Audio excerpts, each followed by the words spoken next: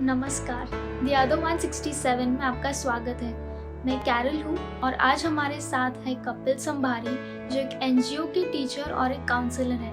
और आज हमें वो सिखाएंगे कि यीशु मसीह हमारे लिए कौन है। यीशु मसीह कहते हैं कि अगर हम उन्हें जानते हैं तो वो हमें बलवंत और ताकतवर बनाते हैं, तो हमें कोई भी परिस्थिति या संकट से डरने की ज़रूरत नहीं है। तो चलिए जानते हैं यीशु मसीह हमारे लिए कौन है।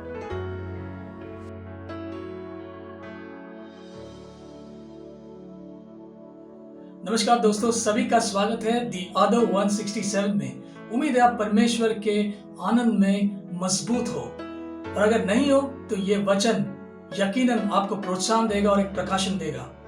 मत्ती के अध्याय 16 और उसके वचन 15 में हम देखते हैं यीशु मसीह अपने चेलों से ये सवाल पूछ रहा है कि तुम क्या कहते हो कि मैं कौन हूँ। हम इस वचन पे फिर से जाएंगे और अब देखेंगे रूथ के पहले अध्याय में एक बहुत अमेजिंग खूबसूरत एक कहानी, जहाँ पे एक परिवार जिसका मुखिया, जिसका जो मेन कैरेक्टर है एलीमेलेक करके एक पुरुष और उसकी पत्नी नाओमी और उसके दो लड़के, ये चारों मिलके यहूदा जो इजराइल का दक्षिणी हिस्सा है उसे छोड़ के मोआब जो पड़ोसी मुल्क है उसमें जाते हैं। और ये इसलिए जाते हैं क्योंकि यहूदा में एक बहुत बड़ा अकाल या सूखा पड़ गया होता है। और ये मोआब जो है ये अन्य जातियों का देश है जिनको परमेश्वर में कोई दिलचस्पी नहीं, कोई उनको ऐसे रुचि नहीं है। और ये जो परिवार है ये यहूदा को छोड़ के मोआब में जाता है। बहुत बार हम जैसे देख रहे हैं आजकल बहुत तकलीफें चल रही है और हमारे इर्द गिर्द कुछ भी हो रहा है, और मैं आपसे कहना चाहता हूं अगर आप दिल में भयभीत है तो यीशु में विश्वास रख के डटे रहिए, क्योंकि परमेश्वर आपको उस चीज से छुटकारा जरूर देगा। पर हम देखते हैं इस कहानी में आगे क्या होता है। ये लोग उस मोआब के देश में जाके बस जाते हैं उस अकाल से बचने के लिए, और होता यह है कि वो जो इंसान है एलीमेलेक वो मर जाता है, और फिर उसके दो बेटे मोआब की लड़कियों के साथ शादी करते हैं। एक का नाम होता है ऑर्पा, दूसरे का नाम होता है रूथ। और यहूदियों को यह परमिशन नहीं थी कि वो अन्य जातियों के साथ शादी करें, क्योंकि परमेश्वर चाहता था कि उसने यहूदियों को वो प्रकाशन दिया था कि वो कौन है, और उसके वचनों के अधीन रह के उसके वचनों के अनुसार जीना था। पर ये लोग शादी करते हैं, और होता क्या है कि उसके बाद ये दो लड़के भी मर जाते हैं। तो बचते तीन औरतें, एक नाओमी और उसकी दो बहुएं ऑर्पा और रूथ। और फिर हम देखते हैं कि नाओमी बोलती है उन दो बहुओं से कि आप जाओ अपने माता पिता के पास, मैं फिर से यहूदा जा रही हूँ क्योंकि वहां से जो सूखा था वो खत्म हो चुका है। और ऑर्पा जो है वो वापस जाती है, पर रूथ नहीं जाती। और इस वक्त मैं आपको एक चीज कहना चाहूंगा नाओमी के बारे में, कि नाओमी उस टाइप की सास नहीं है जो हम टीवी सीरियल्स में देखते हैं, जो अपने बहुओं पे अत्याचार करती है या फिर बोलती है आप मेरे गुलाम हो, नौकर हो, ये करो वो करो, चिल्लम चिल्ली करती है। उसमें आपको परमेश्वर का एक स्वरूप दिखता है, एक गॉड का कैरेक्टर दिखता है, उसका स्वभाव दिखता है।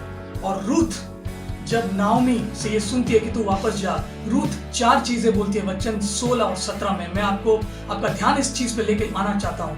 पहली चीज बोलती है अपने सास से रूथ कि जहां तू जाएगी वहीं मैं जाऊंगी। दूसरी चीज बोलती है कि तेरे लोग, तेरा समूह मेरे लोग रहेंगे, मेरा समूह रहेगा। तीसरी चीज बोलती है कि तेरा परमेश्वर वही मेरा परमेश्वर रहेगा। और चौथी चीज बोलती है जहां तू मरेगी वही मैं मरूंगी, वही मेरी कब्र होगी, और सिर्फ मौत ही हमें अलग कर पाएगी। मुझे लगता है कहीं ना कहीं रूथ को नाओमी के जिंदगी से ये दिख रहा था कि वो कैसे परमेश्वर के वचनों को पकड़ के चल रही है, और एक औरत होने के नाते जो इतनी फ्रेजाइल है, इतनी नाजुक परिस्थितियों में जी रही है, फिर भी वो विश्वास में दृढ़ थी। और इसीलिए रूथ ने कहा कि जहां तू जाएगी वही मैं जाऊंगी। मैं आपसे पूछना चाहता हूं, आप क्या बोलते हो, परमेश्वर कौन है आपके लिए? रूथ ने नाओमी के जिंदगी के द्वारा जीवित परमेश्वर को जान लिया, और इसलिए उसने कहा कि जहां तू जाएगी वहां मैं जाऊंगी, क्योंकि मैं जानती हूं जहां तू जाएगी तेरा परमेश्वर वहीं है तेरे साथ। और ये कितनी खूबसूरत बात है। यशायाह 53:1 में परमेश्वर बोलता है किसके रिपोर्ट पे आप विश्वास रखते हो, किसकी गवाही पे विश्वास रखते हो, किसके वादों पे आप विश्वास रखते हो? क्या दुनिया के वो अफवाहों पे, रूमर्स पे आप विश्वास रखते हो? क्या दुनिया के तौर तरीकों पे, जरियों पे आप विश्वास रखते हो, कि आप परमेश्वर के लिखित वचन जो जीवित वचन है उस पर विश्वास रखते हो? मैं आप सभी से ये पूछना चाहता हूँ, क्योंकि यीशु मसीह आज भी हम सभी से ये पूछ रहा है, आप क्या कहते हो मैं कौन हूँ? क्या मैं सिर्फ एक कहानी हूँ जो कोई किताब में लिखी गई है? क्या मैं जीवित परमेश्वर हूँ जो आपको हर आपत्ति में, हर संकट में बाहर निकाल सकता है? दानियल 11:32 में लिखा गया है कि जो अपने परमेश्वर को जानते हैं वो मजबूत होंगे और बहुत बड़ी बड़ी चीजें करेंगे। बहुत बार हम नष्ट होते क्योंकि हम नहीं जानते परमेश्वर कौन है।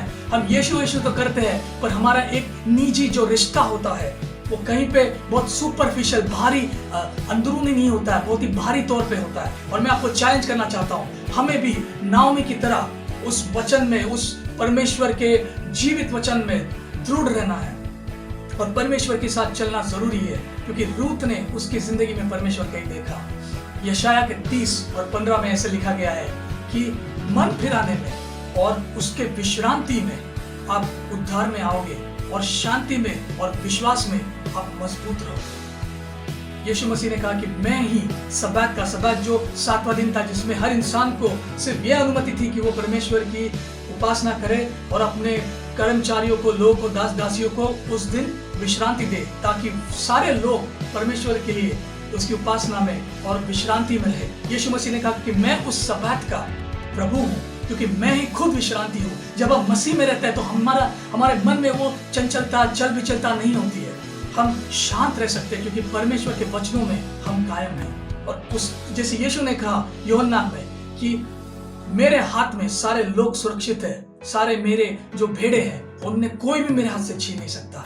चाहे भरपूरी हो, चाहे अकाल हो, चाहे महामारी हो, चाहे सेहत हो, चाहे गरीबी हो, चाहे अमीरी हो, चाहे कुछ भी हो जाए, जब हम यीशु के हाथ में हैं हमें कोई भी छीन नहीं सकता, हम सुरक्षित हैं। आखिर में मैं ये कहना चाहूंगा, मेरा ये बहुत ही प्यारा ये वादा जो है बाइबल में, वो मेरा सबसे प्यारा एक वचन है। फिलिपियों 1:6 में बोलता है कि परम पिता जिसने आपके और मेरे जिंदगी में वो अच्छा कार्य चालू किया है वो मसीह के फिर से वापस आने तक पूरा करके रहेगा। कोई शैतान, कोई दुष्ट आत्मा, कोई अकाल, कोई महामारी, कोई अर्थव्यवस्था की ऊंच नीच उससे रोक नहीं सकती। परमेश्वर का कार्य चलते रहेगा और उसे कोई रोक नहीं पाएगा। तो विश्वास में रहिए, दृढ़ रहिए और यीशु को बोलिए, हाँ यीशु तू ही परम पिता का पुत्र है, तू ही जीवित वचन है, तू ही मेरी ताकत है। जैसे भजन 73 में 73 में कहा गया है कि God is the strength of my heart. Yeshu Masih तू मेरे हृदय का ताकत है और मुझे डरने की कोई जरूरत नहीं है। आमीन। परमेश्वर हम सभी को बहुत आशीष दे।